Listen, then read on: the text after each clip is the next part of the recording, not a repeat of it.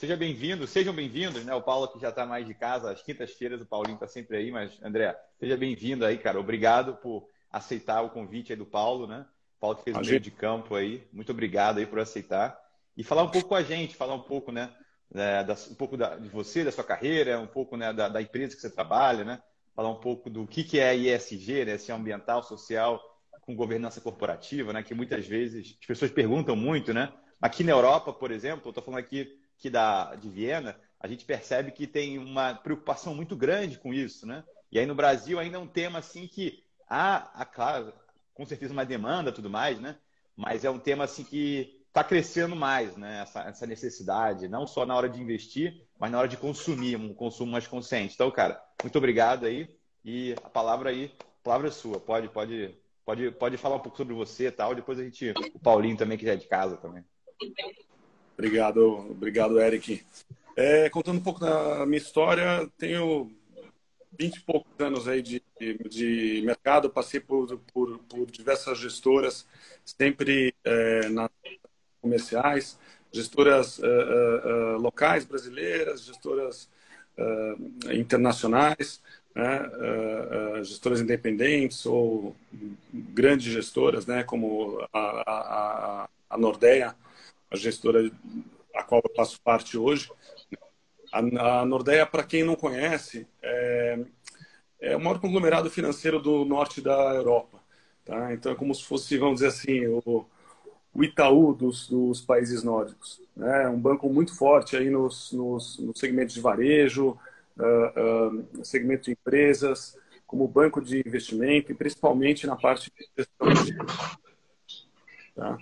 A gente, felizmente, tem uma história muito bacana aí nesse segmento de investimentos responsáveis. Né? A gente começou a fazer investimento na década de 80. Tá? Lançamos o nosso primeiro fundo, que já fazia alguns filtros, né, de investimento responsável.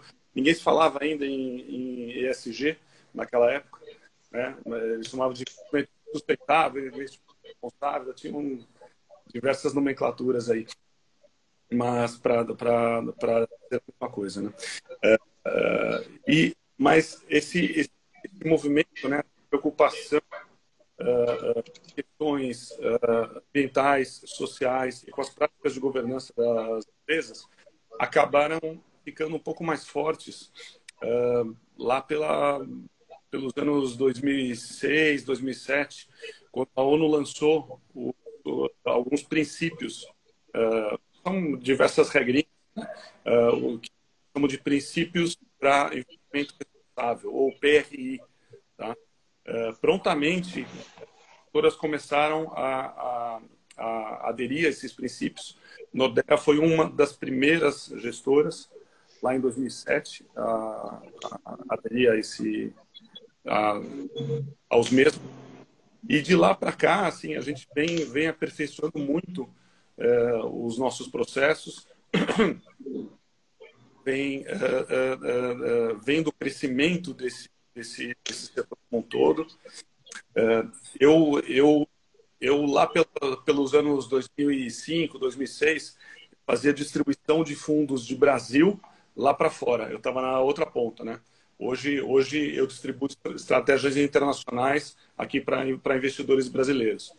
Antigamente tinha uma demanda enorme por Brasil. O Brasil era a bola da vez, né? E a gente já via que para os principais investidores lá fora, eles tinham alguns questionários, né, para entender quem eram as gestoras, quais eram os processos de gestão, o que era considerado na hora de fazer a análise de uma empresa. E a gente sabia que grande parte desses questionários já se referiam a investimento responsável, tá? Há muitos anos atrás.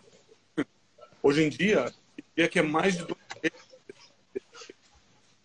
são perguntas referentes a esse tipo de questão. Tá? A gente André, desculpa rapidinho, André. Por Eu acho que favor. está meio cortado a conexão aí do. Tá cortado só para mim, pessoal, ou tá para vocês também? O André, quando ele está falando de vez em quando, está meio cortado. a internet Tá dele. cortando aqui um pouco o áudio, sim. Deve ser a parte da conexão ali do André mesmo. Tenta dar uma olhada, André, rapidinho, porque eu acho que você está falando, está meio que cortando algumas partes suas, a Tá. internet. Dá uma. Fazer um... Deixa.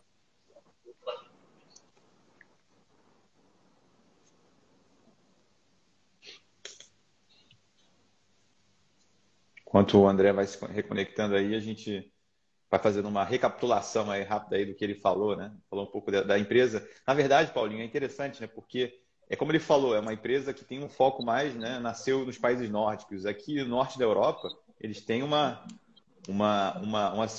vou dizer tara, vamos dizer assim, mas tem um foco muito grande, né? Na questão da sustentabilidade, né? Então, normalmente essas questões sociais, econômicas, esse desenvolvimento maior vem de lá. Voltou aí, André? Vejam se agora melhora. Eu acho que sim.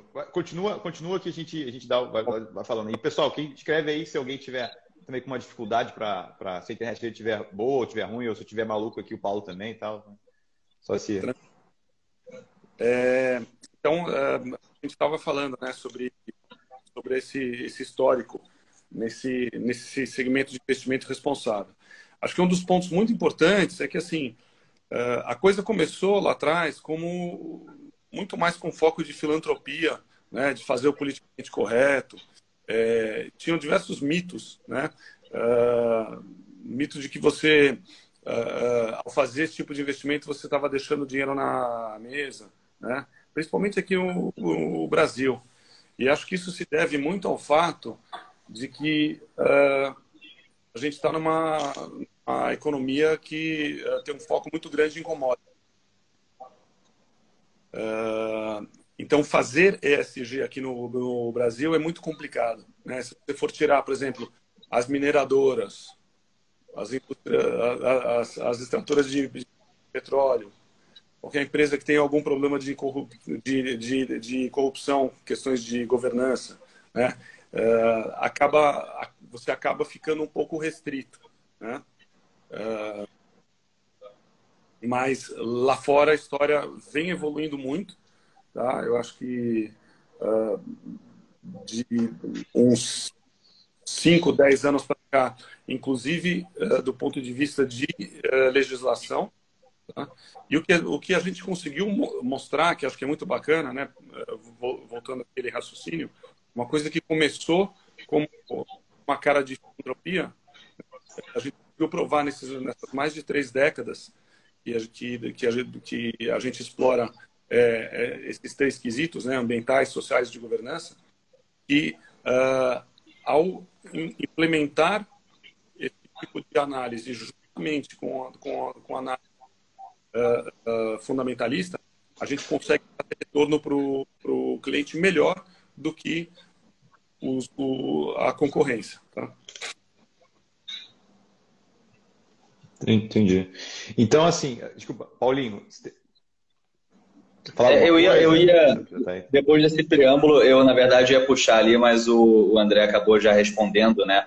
Porque o que acontece muito, assim, André, que eu observo aqui no mundo dos investimentos, é que existe muito modismo, né? O brasileiro, ele acaba, quando a pessoa não tem muita informação ali, ele acaba querendo pular algumas etapas e acaba aderindo a algum modismo ali, que é amplamente divulgado na internet, por cursos, né? Por traders, às vezes que acabam prometendo uma rentabilidade absurda, né? E quando eu observo aqui que a gente tem ali alguns produtos, né, ainda realmente está engatinhando, quando comparado com outros estilos ali de estratégia e política de investimento, o ESG ainda são fundos, André, que tem um track record pequeno, né?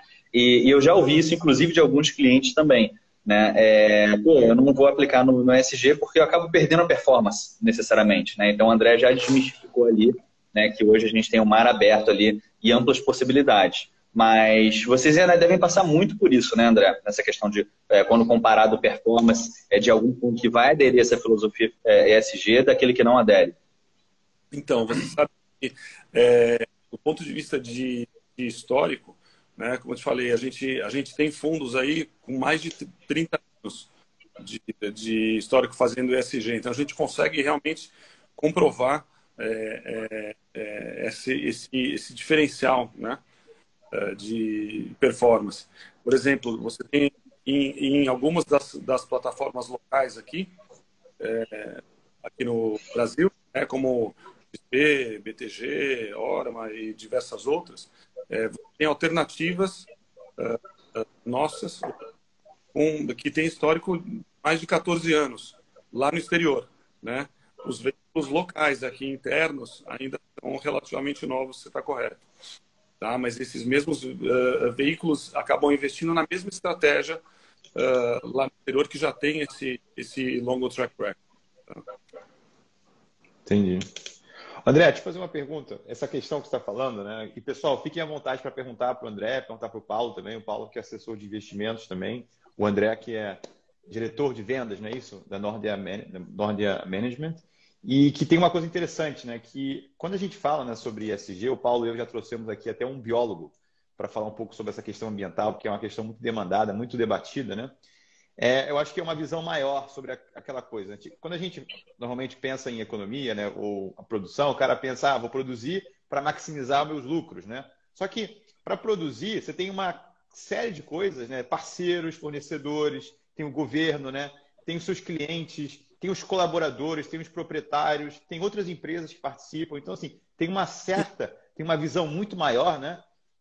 Se a gente desse quando a gente dá um zoom muito próximo, assim, você vê só uma empresa. Mas quando você sai um pouco do zoom, né? Você vê toda uma série de acontecimentos que estão ocorrendo para que o seu produto saia, né?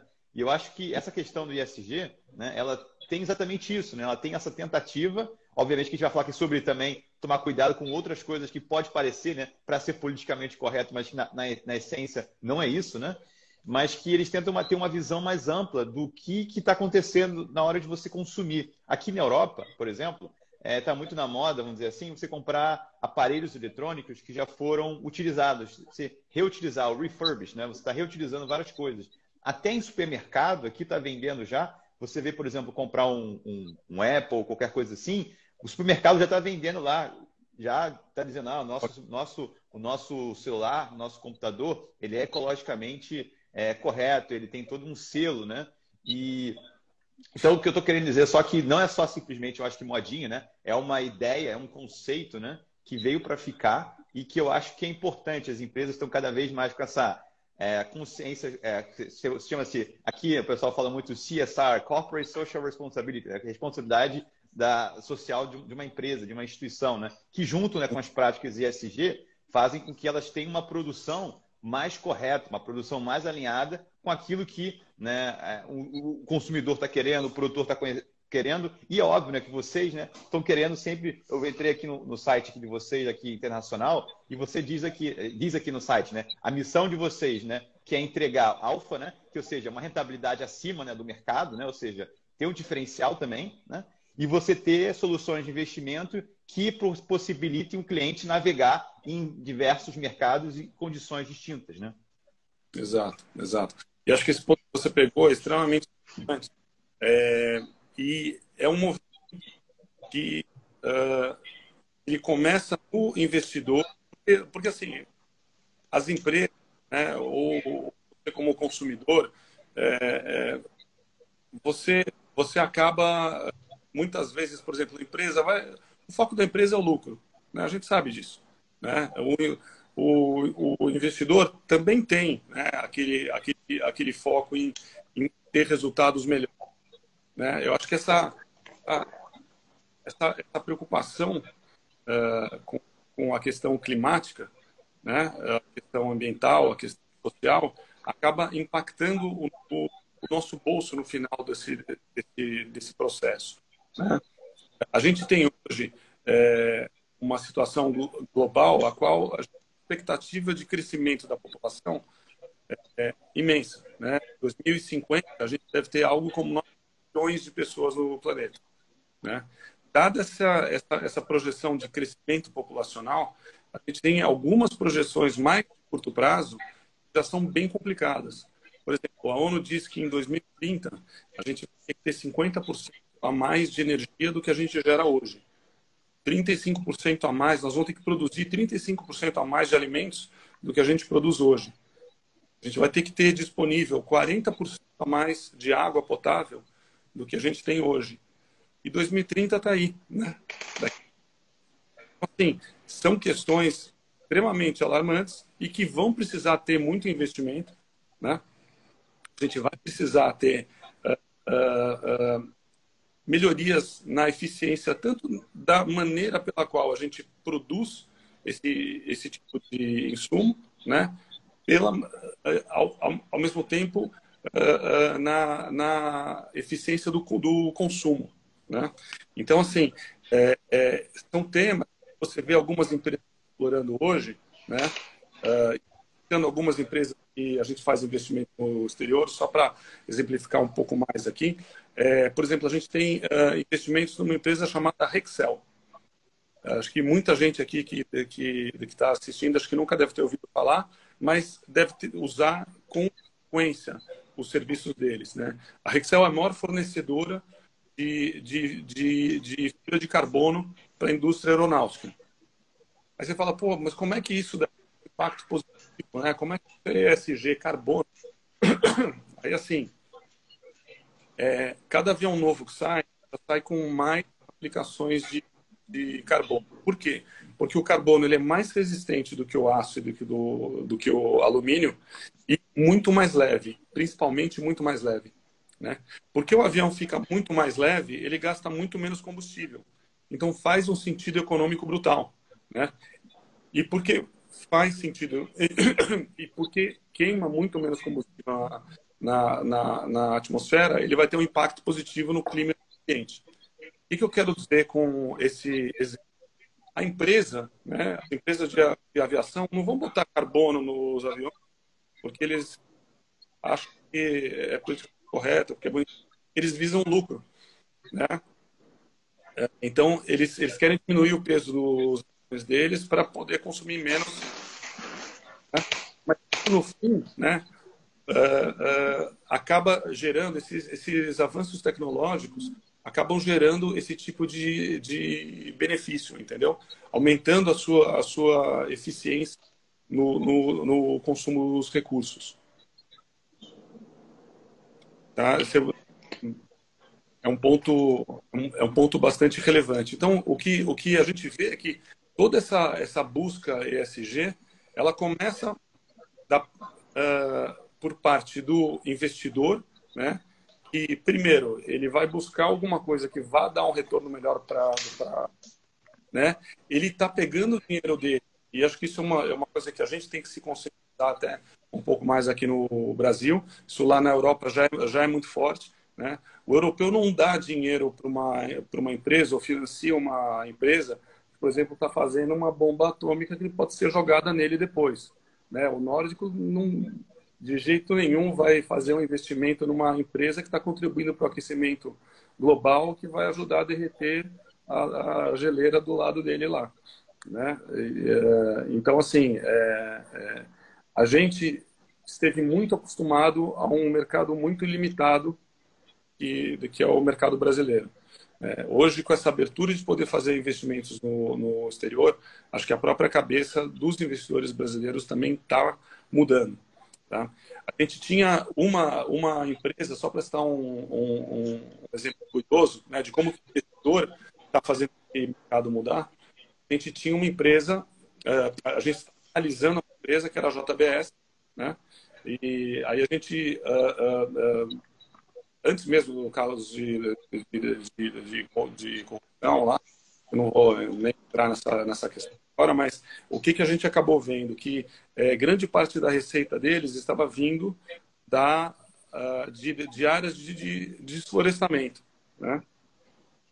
Nós tentamos fazer um engajamento, porque a gente acredita muito que a gente não pode ser só passivo no sentido de escolher as coisas que a gente gosta, né, as ações das empresas que a gente gosta, e excluir as que a gente não gosta. É muito difícil você gostar 100% de uma empresa ou desgostar, né? Então, sempre que a gente gosta de uma empresa, pretende fazer um investimento, né, e a gente identifica que tem alguma coisa que eles poderiam melhorar, a gente faz um trabalho conjunto de engajamento tentando ajudá-los. Usa uma troca de tecnologia bastante interessante para ambos os lados. Tá? Mas no caso da JBS, a gente começou a falar com eles lá uns 5, 6, 7 anos atrás. Tá? inicialmente para tentar trazê-los para um melhor caminho nesse quesito de ESG, né? Nos pontos, principalmente focando essa questão das áreas de desmatamento. E na época, não sei exatamente como a coisa fluiu, mas a coisa não andou. Eles aparentemente não deram muita atenção naquela época, né? A gente acabou até excluindo dos nossos portfólios. A gente tem uma lista pública de empresas as quais a gente não permite os nossos fundos investir. Ela é uma delas, tá? E o que a gente vê é que se você pegar algumas notícias mais atuais, você então, a JBS está focando em ESG agora, está tentando melhorar o seu rating ESG. Por quê?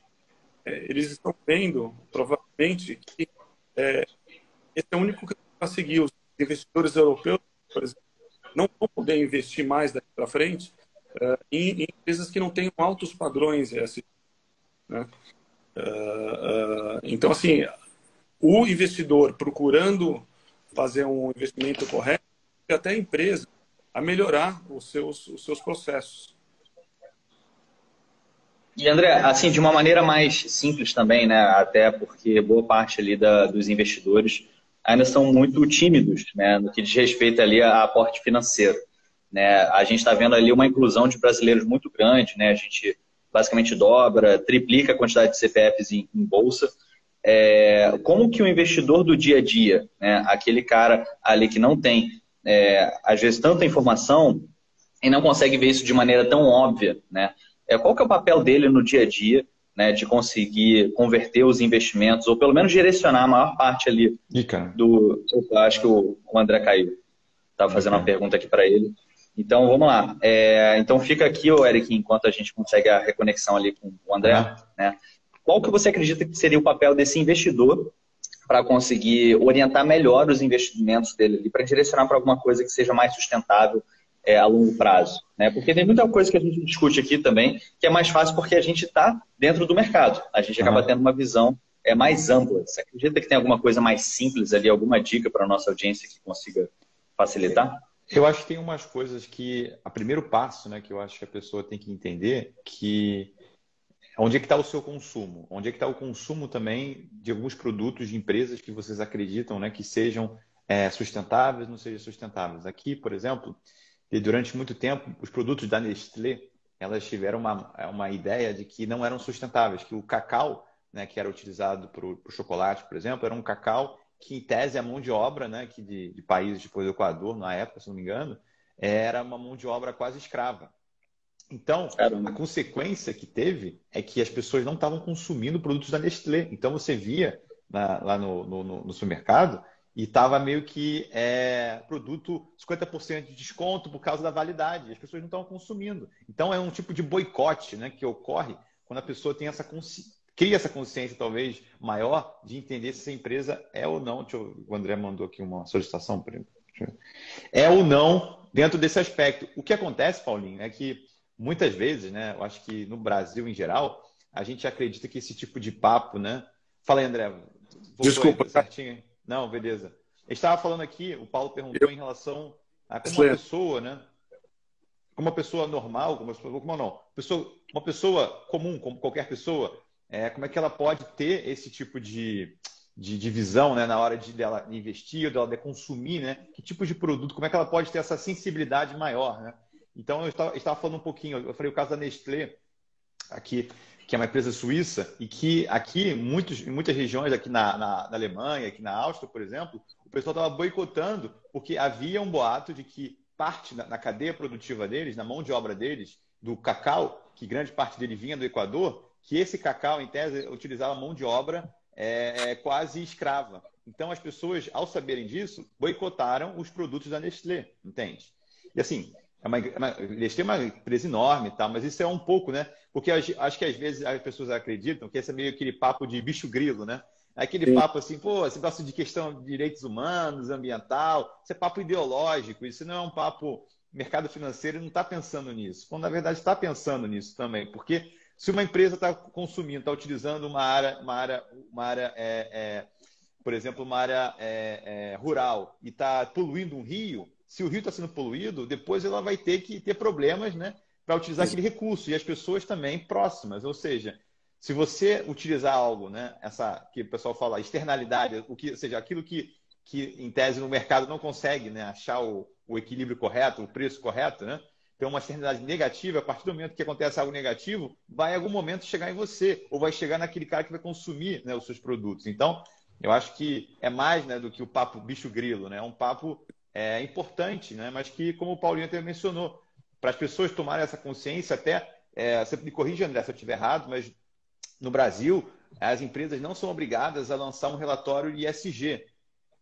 Elas lançam se elas quiserem, se elas veem que tem uma importância nisso. Então, isso já mostra bastante, né, em relação à postura das empresas em relação aos seus produtos, né? Eu sei que a legislação lá fora mudou, se aperfeiçoou bastante hoje na Europa, inclusive tentando evitar o que eles chamam de, um termo em inglês, greenwashing, né? E é aquela história de que hoje virou um modismo, como vocês falaram, né? Todo mundo fala que faz ESG, né? A Nordea, por ser referência, é muito engraçado. Às vezes, eu já recebi ligações de pessoas, queria bater um papo com vocês, pô, eu queria saber o que eu tenho que fazer para falar que eu faço ESG, né, na minha gestora. Aí falou assim, você tem que fazer análise ESG, né? Não tem o que você tem que fazer ali, não tem, mas se eu contratar um rating externo, tal. Então, assim, as coisas são, existe esse modismo, essa intenção, né, de todo mundo estar ligado a esse segmento ESG, né? E a gente entende que existem riscos nesse mercado, né? Que com a análise ESG a gente consegue tentar evitar, né? A gente tem casos bastante emblemáticos aí, eu não sei se vocês se lembram, mas lá em 2010 teve um vazamento de petróleo gigante no Golfo do México daquela empresa BP, né? Uma empresa inglesa. Saiu na mídia pra caramba. Eu lembro de ficar passando na TV lá, os helicópteros sobrevoando, e aquele petróleo que ficou vazando.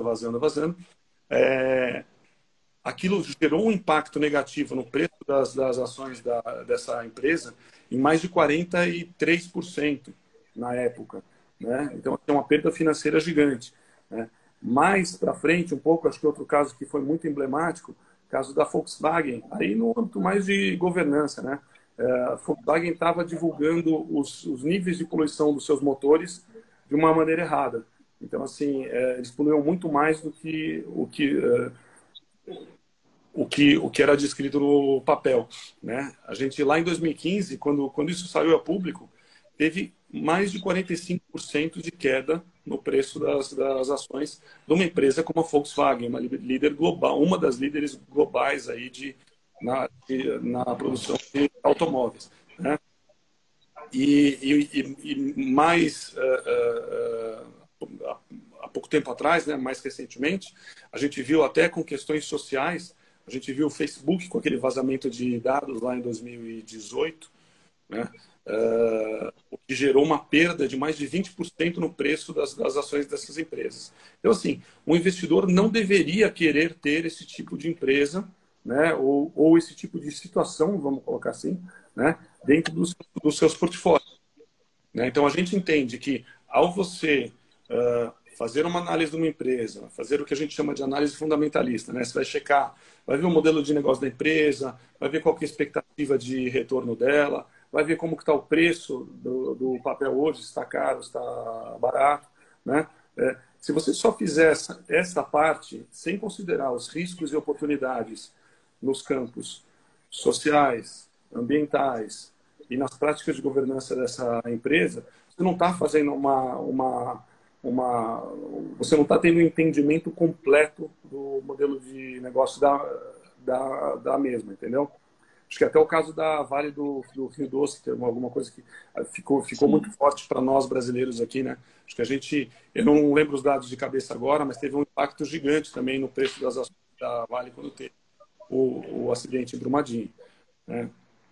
Então, assim, a gente entende que hoje você tem que tentar ter o menos possível de coisas desse tipo de evento dentro da sua carteira, né, de investimento, focar em empresas que vão ter esses altos padrões nesses três pilares, né, nas questões ambientais, sociais, de governança, e porque essas empresas, no médio e longo prazo, elas vão ter menos risco, né, desse tipo de evento que eu acabei de mencionar, e possivelmente um crescimento e um retorno sobre o teu capital muito mais sustentável ao longo dos próximos anos.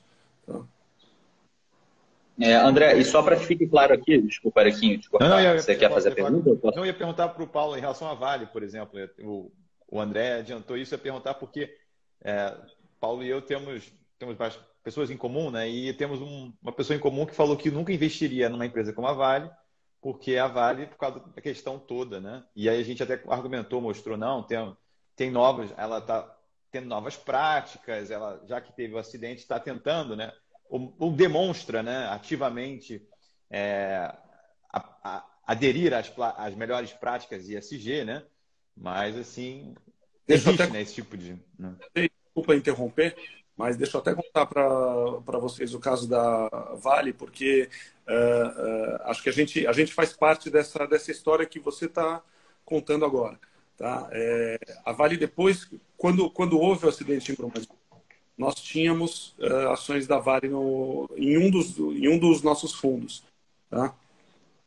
Prontamente, uma equipe que faz engajamento com o mercado, como eu mencionei, saiu lá da Dinamarca, veio para cá, fez uma visita lá na região, né, de Brumadinho, viram todo o impacto social, todo o impacto ambiental causado, viram que era uma coisa extremamente relevante, né, colocaram a Vale naquela lista de empresas que não se podia investir. Fomos ao Rio, sentamos com a diretoria da Vale e começamos um trabalho de engajamento com eles que demorou mais de 10 meses.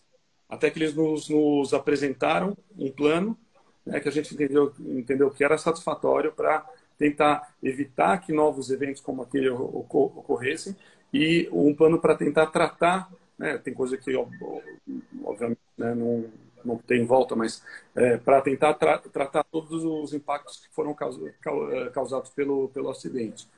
Tá? Então, assim, esse tipo de trabalho também a gente considera muito importante. Tá? Fazer parte dessa mudança. Não, sem dúvida, tem que ser proativo, principalmente em eventos assim que acabam tendo, né, um impacto ali bem grande e fica bem latente ali na memória dos investidores. Né? Mas o passo anterior que eu queria dar, André, é só para explicar aqui para a audiência do que se trata exatamente greenwashing, né? O que são essas empresas ali que buscam ter esse selinho ESG, né, para trazer maior legitimidade, ali, maior visibilidade, né, até vender uma bandeira ali que eles não têm, que seria o greenwashing. E como que a Nordea consegue fazer nesse processo ali, tá dentro do due diligence, né, vocês conseguirem mitigar esse tipo de risco, daí realmente avaliar se aquela empresa ela está aderente à cultura ESG ou não? Sim, sim. A gente tem, dentro do nosso processo de investimento, como eu falei, a gente vai excluir coisas que a gente não gosta, né? E aí qualquer empresa que esteja infringindo qualquer norma global, como o trabalho escravo, o trabalho infantil, isso na cadeia dela de produção como um todo, né? Acho que o Eric colocou muito bem aí, né? Não adianta você investir numa empresa que está fazendo as pás daqueles moinhos eólicos, né? Pô, energia limpa, tal, não sei o quê, mas que está usando o trabalho escravo. Né? Então, assim, existe uma regra fundamental, né? Dentro da Nordea e dentro dos nossos processos de análise, que é o do no harm, né? Que do inglês diz não fazer o mal. Não né? faça o mal. Se você tiver qualquer processo dentro da cadeia de produção como um todo, né? Daquela empresa que estiver fazendo mal em alguma frente, essa empresa já está excluída. Tá? Então a gente vai ver a fundo isso. E aí a gente depois escolhe as empresas que a gente mais gosta. Não é só excluir o que não gosta, né? Na hora de selecionar o que a gente gosta, a gente vai ver o modelo de negócio da empresa, a qualidade da governança, questões éticas, questões sociais, como aquela empresa trata questões sociais, né? Questões ambientais. Vai ver qualidade de gênero, você vai ver diversidade, você vai ver práticas, né? Dentro da empresa. Assim, você faz um assessment, né? Um entendimento geral de todos esses pontos. Não, bacana. E o greenwashing, só para a galera que está nos assistindo aqui, o que seria exatamente essas empresas que fazem esse greenwashing? O que é o greenwashing? O greenwashing é falar que você faz ESG sem realmente você fazer, né? Porque é curioso, você quando faz uma análise fundamentalista de uma ação, né, de uma empresa, você vai pegar um balanço da empresa, você tem diversos números, né? Você vai analisar aqueles números, jogar num modelo, aquilo vai te colocar uma resposta, uma nota. É uma coisa um pouco menos subjetiva, né? Quando você faz uma análise ESG, a coisa é muito subjetiva, né? Você tem que quantificar um monte de informação, né? Você não tem os relatórios muito detalhados ainda, dizendo o que você faz, qual o impacto que você está trazendo, por que você diz que você é ESG, né? Então, a legislação lá na Europa, tentando evitar esse modismo de todo mundo falar que faz, trouxe alguns selos, né? Onde a empresa, os fundos vão entrando em categorias. Você tem a categoria 6, a categoria 8, a categoria 9. Eu não sei por que pula esse 7, tá? Mas quando o fundo você tem que comprovar que você faz análise ESG de alguma maneira, e que você tem algum tipo de análise. Tá? Para você ser artigo 8, você precisa realmente comprovar que você tem um processo, tá, bem detalhado e bem estruturado de análise ESG. Os fundos de artigo 9, aí eles são fundos temáticos. Você, além de comprovar toda essa análise ESG que você faz, você ainda tem que comprovar todos os impactos que você está trazendo para o meio ambiente, para questões sociais, para práticas de governança, esse tipo de coisa. Tá? Então, aí a coisa está ficando bem mais clara. A CVM e a Ambima têm trabalhado aqui no Brasil também para seguir essa linha. Tá? Tentando, deve soltar uma legislação, possivelmente ainda esse ano, que vai meio que categorizar os fundos também, para parar com essa história de todo mundo falar que faz ESG. Tá? Lá na Europa tem uma legislação que acabou de sair, que indica o seguinte: está chegando no investidor. O investidor, naqueles questionários que muitos aqui já devem ter preenchido, né, para definir o seu perfil de investimento, lá agora ela pergunta se você quer investimentos responsáveis ou não faz questão, né? Se você faz questão ou não. Se você fizer questão de só fazer investimento em vamos dizer assim, estratégias ou alternativas ESG, o gestor ou o distribuidor dos fundos, né, uma corretora, um banco, ele não pode, sob pena de multa, de oferecer um fundo que não seja. Tá? Então a coisa já está evoluindo essa linha para lá também.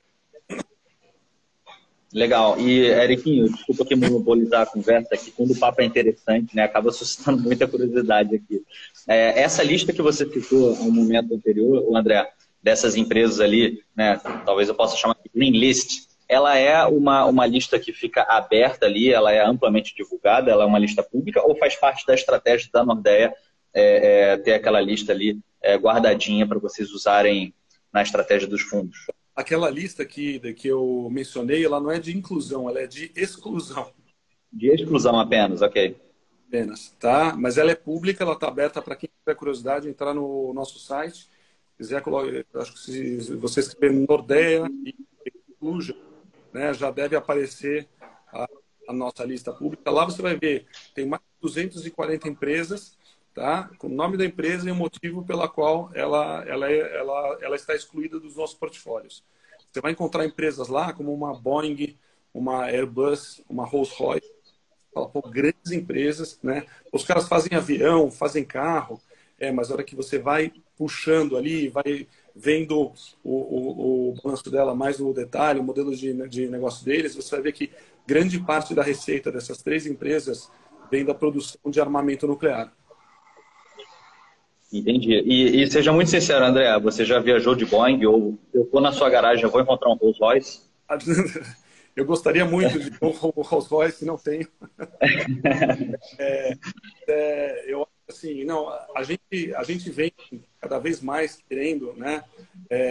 Acho que essas questões ESG, essas questões de otimização no consumo dos recursos, fica evidente em todos os níveis, desde os corporativos até na pessoa física, né? Eu brinco, eu digo que a minha conta de luz antigamente estava, há 10 anos atrás, estava em débito automático. Eu nem olhava para ver quanto que era. Hoje em dia eu fico esperando o cara chegar no prédio ali embaixo para me dar a conta, para eu brigar com ele e falar tem coisa errada, não é possível, né? Assim, todo mundo gostaria hoje de pagar menos uma conta menor de luz ou de água, né? Quando você vai abastecer o tanque com o preço da gasolina como tá, você fica pensando, né? Pô, eu gostaria que o meu próximo carro fosse um carro híbrido já, né? Para pelo menos ter um custo menor com questões de combustível. Então, assim, obviamente, a gente acaba... existe um negócio que chama lá fora de green consumerism, que é o consumismo verde, right? Onde a gente vê que o próprio consumidor hoje já está focando em buscar, por exemplo, alimentos mais saudáveis, né, alimentos orgânicos que tenham menos agrotóxico. A gente acaba consumindo produtos, né, de empresas que talvez tenham uma identidade de marca para a gente mais positiva, mais limpa, mais ok, mais verde, vamos dizer assim, né? E isso está muito em cima de práticas que aquela empresa tem em relação ao mercado, né? Mas isso tem que evoluir muito ainda, eu acho, né? Eu acho que o ponto, né, André, que você está tentando frisar, né, é que vocês estão olhando e estão tentando investir em empresas que têm uma cultura, né? Uma cultura que abrace que o pessoal fala dos core values, né? Dos valores assim, no núcleo, né? Na ideia, no fundamento deles, muito mais do que as métricas, né? Como você falou, né? Preencher para você é mais importante a empresa ser ESG ou tudo mais. A ideia é exatamente essa, né? Que vocês estão olhando, porque na verdade, como você mesmo mencionou, como a gente falou aqui durante a nossa live, se você não pensar no ESG, algum momento isso pode bater, né, na porta, esse problema em tese que vocês já estão olhando agora, ou seja, vocês já estão antecipando, não que a empresa vai ter um problema, não que a Rolls-Royce ou a Boeing ou uma outra empresa tenha um problema, mas você sabe que a chance dela ter algum problema é muito maior, né? Então eu acho que é exatamente isso, né, que no final também é importante a gente olhar, né? E eu acho que cada vez mais as pessoas vão ficar de olho. Infelizmente, no Brasil, esse exemplo que vou trazer vai ficar um pouco abstrato, mas vamos lá. O IKEA, por exemplo. O IKEA é uma empresa sueca, né, que produz móveis, que é uma empresa barata, assim, não tem artigos, são muito... E assim, quando você vê o IKEA, quando eles vão entregar para você, eles têm um caminhão assim elétrico. Quando ele vem a caixa, por exemplo, de coisas dentro, você vê que o papelão e as coisas dentro não tem plástico, né? Então, assim, é reciclado, exatamente. Então, assim, e tem um conceito depois que a gente fica para uma outra oportunidade de conversar contigo, de economia circular, que é exatamente, né? Que a pessoa consome, né? E quando você tem um produto, não necessariamente quando você não tem, né?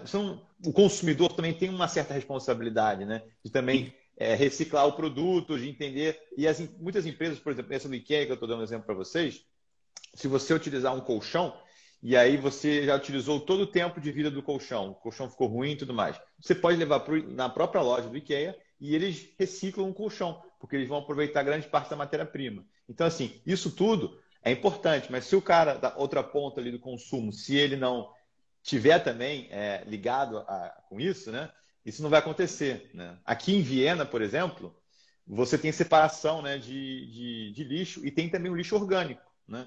Não é algo que tem em todos os lugares, tá? No mundo, nem em todos os lugares da Áustria também, tá? Mas você tem isso porque tem uma ideia, as pessoas em tese, né, que votam, elas fazem essa pressão. Quando a gente vota, quando a gente escolhe nossos políticos, também a nossa intenção de voto, os valores, né, que o partido ou que os políticos em geral trazem, né, também tem consequência diretamente na gente. Então, no caso aqui, houve uma pressão muito grande para ter esse tipo de distribuição de lixo, né? Então, assim, um pitaco aí para ficar mais claro para a galera que está nos ouvindo. Eu acho que assim, nessa busca, né, por uma sociedade um pouco mais eficiente, a gente entende que você tem incentivo de todos os lados. Tem o incentivo econômico, né, como eu estava mencionando, né, de poupar os recursos, aumentar a eficiência no consumo dos mesmos, né? Você tem incentivos ambientais para a gente diminuir ou tentar minimizar, né, esse tipo de externalidade que a gente vem convivendo e tem ficado uma coisa bem mais frequente, como os entes ambientais. A gente viu aqui, quem é do Rio de Janeiro que está assistindo a gente, deve ter visto até muito de perto, aliás, isso está no Brasil inteiro, mas lá em Petrópolis, um mês acho que retrasado, o que foi esperado para o mês inteiro choveu em 6 horas. Fez um baita estrago, né? A gente está vendo quebras de safra aqui no Brasil, né? A gente está vendo grandes queimadas em todos os lugares do mundo aí. Então, assim, existe um objetivo grande ambiental também da gente minimizar essas externalidades, né? Conter esse aquecimento global, o aumento do nível dos oceanos, que vai prejudicar um monte de gente, né? E você tem também incentivos corporativos. Uma empresa que tenha uma eficiência no consumo de algum desses recursos, acaba tendo uma maior competitividade, né? Então, tem incentivos de todos os lados, desde o consumidor até as empresas, até governos, né, de promover esse tipo de mudança, né? André, gostei dos fundamentos, né? Estou falando da perspectiva do nosso ouvinte, né? Gostaria de investir nesses fundos. Onde é que eu encontro os fundos, né? Número um. E se na plataforma da XP, por exemplo, o Paulinho, no caso, né, representante, aí, o bandeirinha aí da XP, se eu posso encontrar na XP e é algo mais aberto tem que ter uma renda específica, é um investidor qualificado que pode acessar o produto de vocês? Normalmente, infelizmente, ainda é só para investidor qualificado, tá? Você pode acessar através da plataforma da XP. A gente tem hoje 3 fundos lá. A gente tem um fundo de clima e meio ambiente, que acho que pega grande parte de todo o racional que eu mencionei aqui, mas tem um fundo também chamado Global Star, que é um fundo que pega ações globais que tem altos padrões ESG. E aí é muito engraçado, né? Porque são duas coisas diferentes. O fundo Global Stars, ele vai pegar empresas como uma Apple, uma Amazon, uma Colgate, uma Samsung, né? Grandes empresas, tá? Mas que tem esses altos padrões ESG. Mas você está vendo que eu não estou investindo em nenhum tema específico aqui, né? E aí a gente tem o fundo de clima e meio ambiente, né? Que é o Climate and Environment. E esse fundo, aí sim, esse fundo vai pegar diversas empresas que tem os nomes menos, vamos dizer, comuns para nós aqui, mas são empresas que são líderes globais, líderes aqui no Brasil também, tá? Mas a gente tem menos exposição à marca deles, porque eles estão dentro das cadeias de produção, como essa Rexel que eu falei para vocês.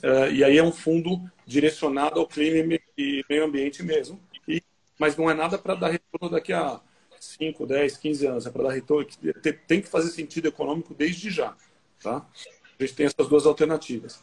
Por que eu falei que, infelizmente, para investidor qualificado, e eu entendo que deve mudar, né? A regra que foi colocada, né, pela legislação atual aqui, para deixar limitado Investimento internacional, né? investimento internacional, né, para investidor qualificado, é porque você tem a questão do câmbio, né? Então, assim, são riscos que o investidor menor ou investidor acaba não tendo. Claro, claro. São riscos que o investidor acaba não tendo tanta percepção do tamanho, vamos colocar assim, né? Mas o que acontece? Hoje, dentro da plataforma XP, você tem os mesmos fundos com proteção cambial, que são os fundos com hedge, que a gente chama, né? E aí, nesses mesmos fundos, você não tem esse risco cambial. Então, você tem exposição a empresas, como você tem a empresas locais aqui, né? Você tem exposição a empresas no exterior e sem esse risco cambial. Então, assim, Boa, exatamente isso. Eu acabei de checar aqui, né? Hoje na XP a gente tem 44 fundos, né, que levam o selinho ESG. Da Nordea são 3 estratégias diferentes, né? Como o André bem disse ali, o Nordea Global Stars, que a gente tem, Nordea Alpha 10 e o Nordea Global Climate, né, que ele falou aqui. E 2 deles têm essa versão daí redeado e não redeado, né, o que daria um total de 5 fundos aqui da Nordea. Exato. E nesses fundos com hedge, teoricamente, né, você não teria esse tipo de risco cambial, o que facilitaria ou não deveria limitar o investidor local a fazer esse investimento. Entendo que isso deve mudar em breve. Exatamente. Exatamente. E mesmo, muito embora seja para qualificado, né, André, que a aplicação mínima de R$500, R$1.000, ou seja, uma vez que o cara é investidor qualificado, né, ele consegue ali diversificar bem o portfólio dele. E é muito interessante porque essas mesmas estratégias a gente vem distribuindo aqui no Brasil desde 2015, aliás, desde 2011, para os grandes family offices, para os grandes investidores private, né? Depois, em 2015, para os grandes fundos de pensão brasileiros, né? E que antigamente o mínimo para fazer um investimento nesse tipo de fundo era 1 milhão, né? E hoje a XP dá essa facilidade, essa alternativa, né, para as pessoas com R$500 poderem fazer investimento nessas mesmas estratégias. Tá? Só para vocês terem uma ideia, eu tenho clientes, tenho fundos de pensão nessa estratégia de clima e meio ambiente com mais de 400 milhões investidos. Tá? Caramba, é bem relevante. Nessa estratégia multimercado, mas aí não pela plataforma e direto pelo mercado internacional, mas a mesma estratégia, né? A gente tem uma família no Brasil que tem mais de 250 milhões de dólares investidos conosco, só nessa estratégia.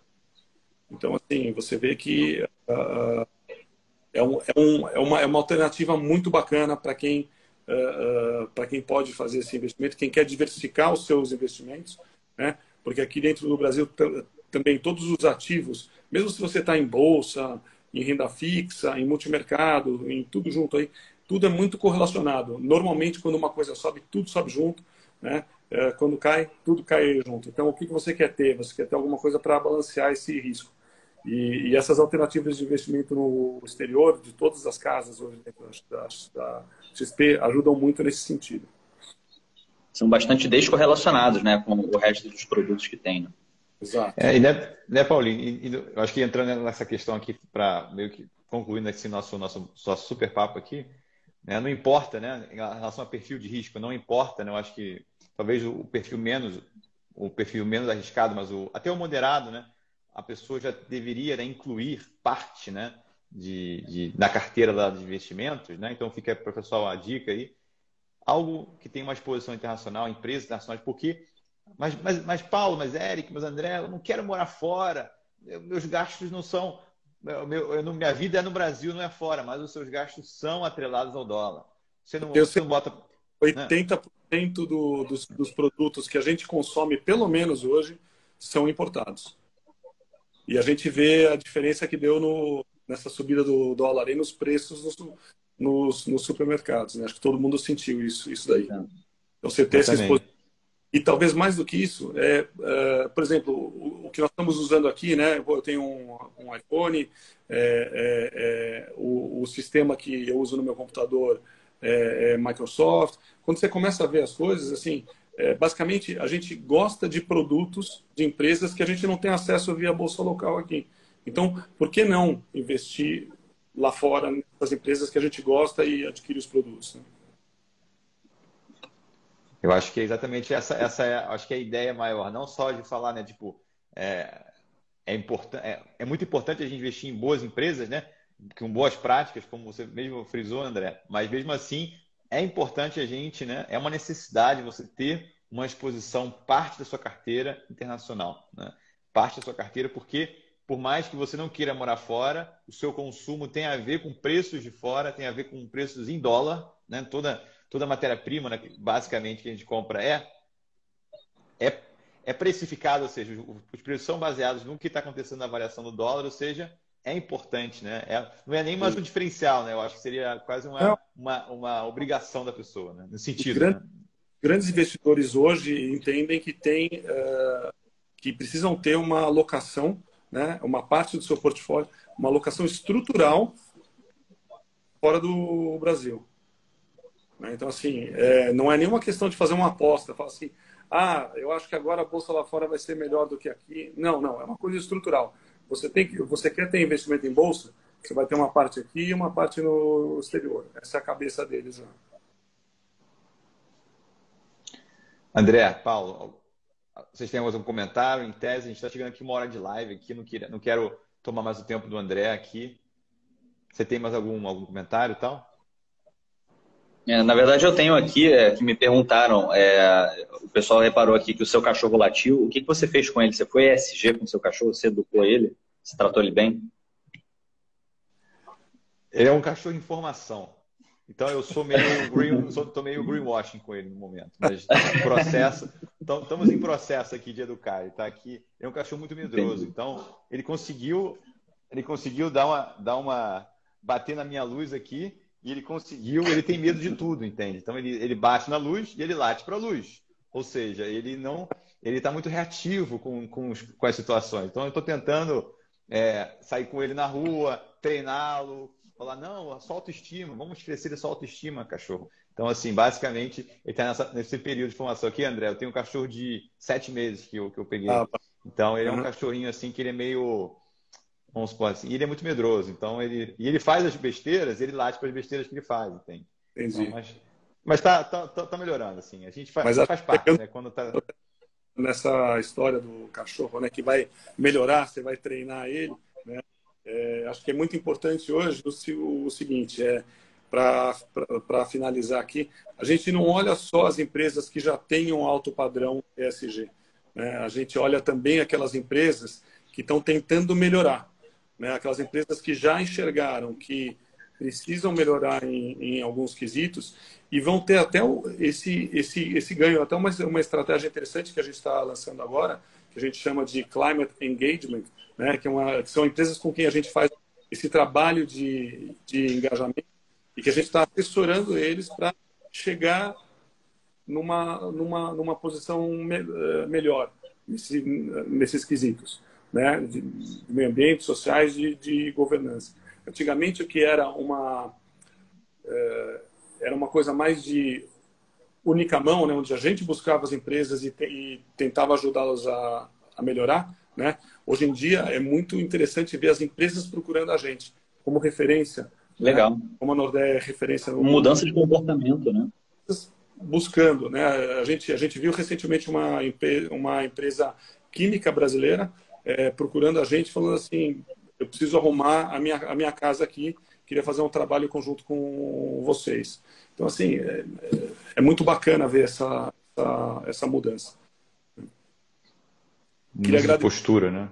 a oportunidade, o papo foi super bacana, eu adoro o tema. Sempre que quiserem falar a respeito, me chamem. Né? Podia ficar horas conversando aqui, mas eu estou no meio de um roadshow aqui, até desculpa a conexão.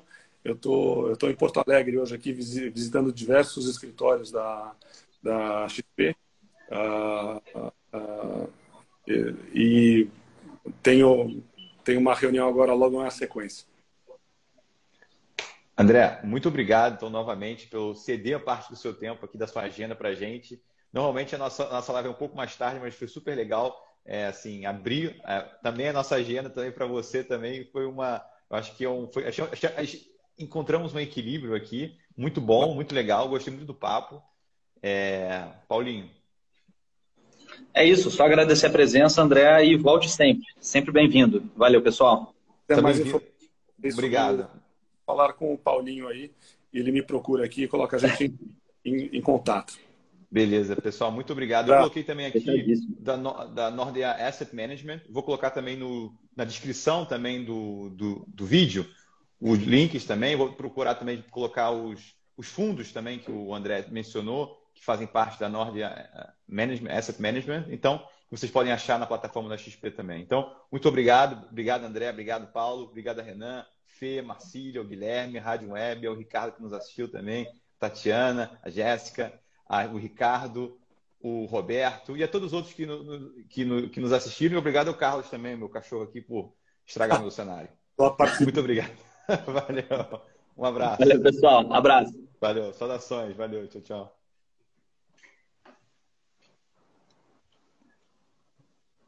Bebê. Sempre chega esse momento. Desliga você. Momento adolescente. Valeu. Grande abraço. Valeu. Beijo no coração. Obrigado a todos. Beijos.